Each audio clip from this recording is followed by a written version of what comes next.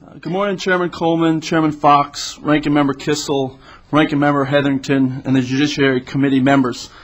Thank you for the opportunity to testify today in opposition to Raise Bill number 1094, an act banning large capacity ammunition magazines. I have submitted testimony, and I just briefly want to give you a few viewpoints. The first being, in the past few weeks, I've had the opportunity to go test my abilities with a 9mm caliber handgun at Fort Indiantown Gap with a few hundred soldiers in the Army. This is only the second time I've ever handled a 9mm weapon, and I'm proud of my 23 out of 30 result, but the bottom line is I quickly realized that I could change magazines rather quickly. So when I look at this idea that you can limit the number of rounds in a magazine, somebody who's ever handled a weapon, they know they can just take a couple magazines and quickly just transfer them right over. It's an easy process. So I don't think this is going to end up resulting in the desired goal. Secondly, I've had a lot of law enforcement officers and other members in the law enforcement community contact me and state that they have concerns relating to this taking away their rights, the Second Amendment right, and so I've heard that over and over from about a dozen different members of the law enforcement community.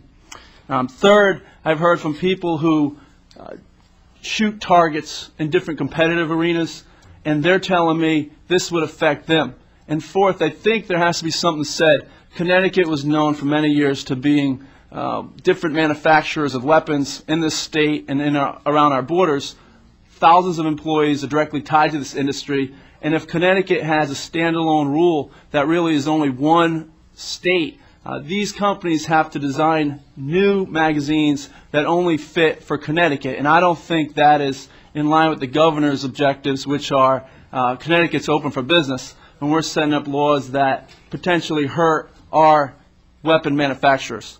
And that's really the total of my testimony. I just want to make it clear that I think this does more damage to law-abiding citizens than the true intentions of making sure criminals don't have weapons.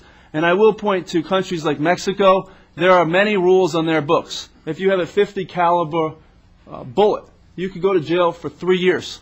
But it isn't stopping crime, because the true criminals are the ones that the law needs to be forced on. So there's a lot of examples around the world. It comes down to enforcement for those criminals who want to do bad intentions, and I think this bill really comes down to Representative Giffords out of Arizona.